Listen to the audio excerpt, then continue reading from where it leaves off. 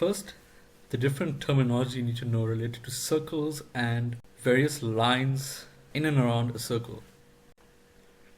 So the first term is the circumference, and this just represents the perimeter of the circle, meaning the length of this border. And just keep in mind, I'll make sure the text color corresponds to the color of the line on the diagram.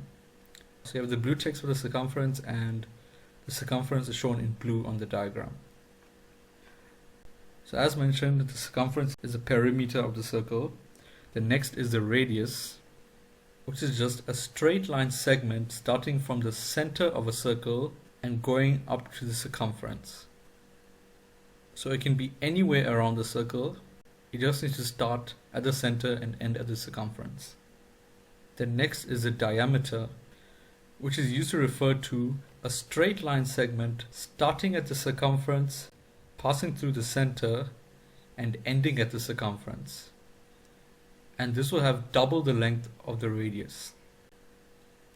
Then you have an arc, and this just refers to a portion of the circle's circumference. So it could be a relatively small portion like this, or it could be even larger, covering more than half of the circle's circumference, or it could be really tiny, covering just a small portion like that. The next is a chord, and that just represents a straight line segment connecting any 2 points along a circle's circumference, such as this green line shown over here. So going with the same definition, even the diameter would be considered as a chord, but it's a special sort of chord which passes through the center of the circle. Then next is the tangent, and that is a straight line that touches a circle's circumference at only one point and never enters its interior, such as this orange line shown over here. Then moving on to another diagram to define the next term, which is a segment.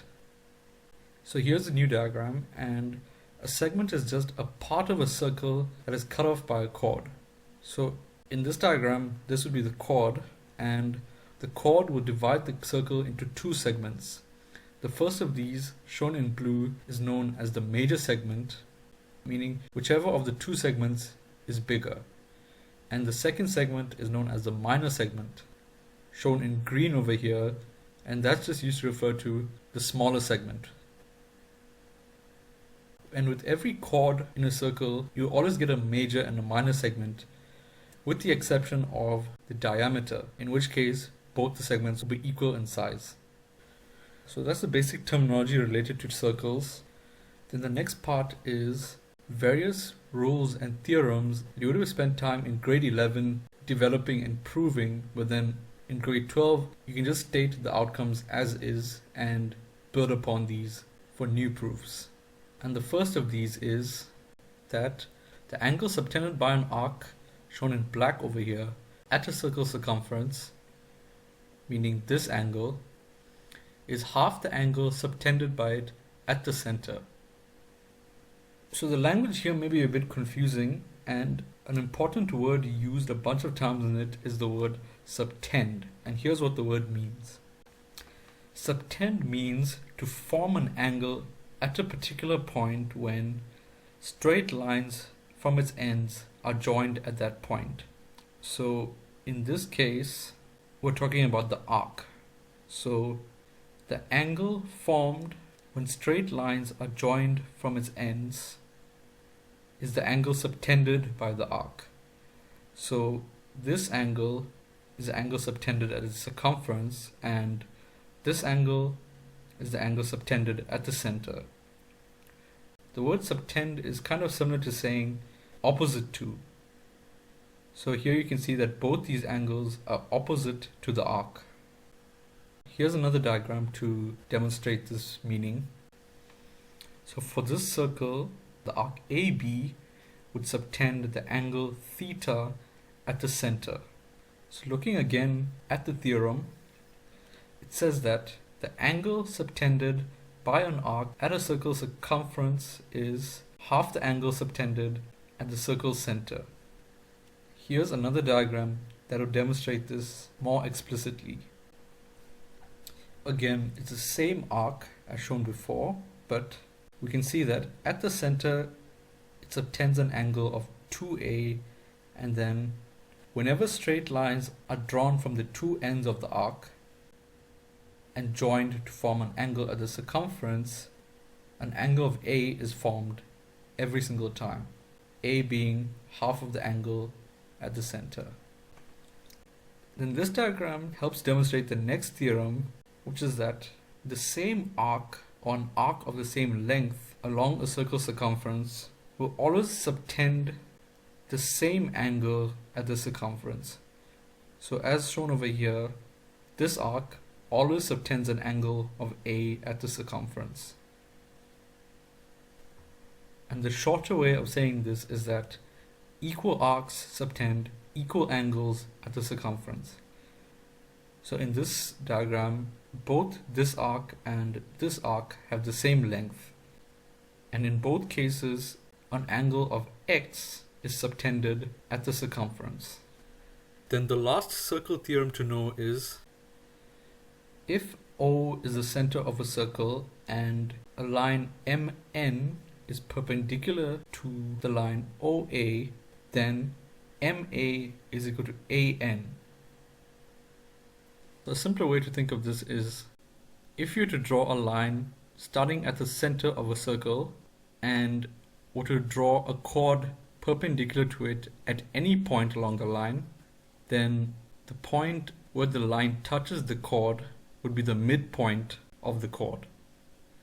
So even if this chord was drawn like this, it would still be the midpoint. And once you have a basic understanding of this theorem, it's important for you to be able to see the flip side of this, meaning given different information related to the situation, you can deduce other pieces of information that you haven't been given. So say instead, if you're given something like this and you're told that the length of MA is equal to the length of AN and MN is perpendicular to OA, then that must mean that OA passes through the center of the circle. So those are the rules you need to know related to circles. And then the next bunch of rules are related to circles, but more specifically to tangents of circles. The first of these is, the tangent is always perpendicular to the radius at the point of contact. Point of contact, of course, refers to the point of contact of the tangent with the circle circumference, and the tangent will always be perpendicular to the radius from the point of contact to the center of the circle.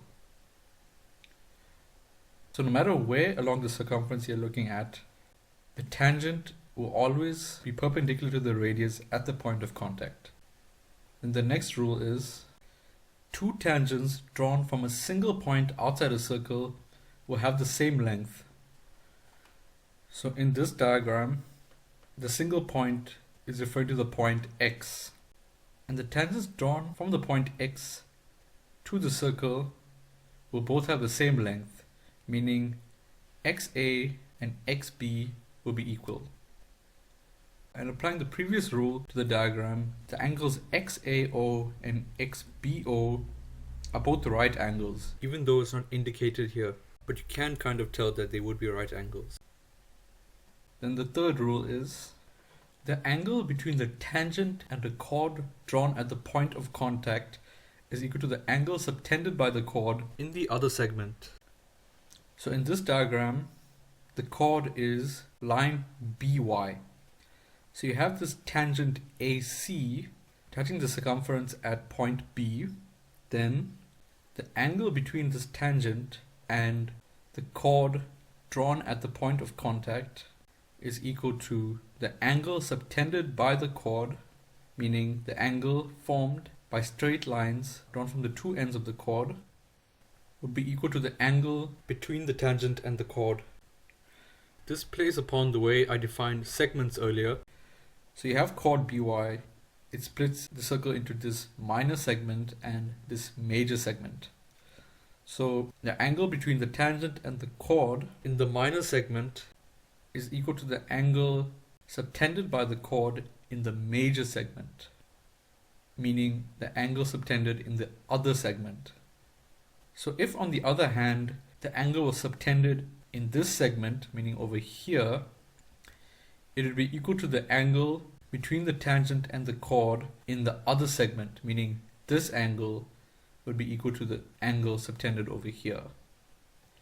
But in this case, since we're focusing on the angle between the tangent and the chord in the minor segment, it's equal to the angle subtended by the chord in the major segment, which is represented using x. So in other words, angle BXY is equal to angle CBY. And those are all the rules to know related to tangents. Then the last thing to revise is related to cyclic quadrilaterals. Firstly, what is a cyclic quadrilateral? So a cyclic quadrilateral is a quadrilateral that first of all lies inside of a circle, and all four vertices, or in other words, all four corners, they lie along the circle's circumference. Here are some examples. This quadrilateral, where you can see that all four corners are along the circle circumference. Then here's another example where again all four vertices lie along the circle circumference. And here's another, this time a more normal sort of regular looking quadrilateral, where this time you actually have two sides sort of parallel to each other and all four vertices are on the circumference. And for a final example, you have this cyclic quadrilateral where the four vertices lie along the circumference. Oh wait, do they? Nope, not in this case. In this case, the fourth vertex lies at the center of the circle, which, or definitely important point of the circle, isn't the circumference. Therefore, this wouldn't count as a cyclic quadrilateral. Because as per the definition, all four vertices need to lie along the circumference. So that should give you a pretty solid idea of what a cyclic quadrilateral is. Then here are the rules associated with them. The first of these is that opposite angles are supplementary, meaning they add up to 180 degrees.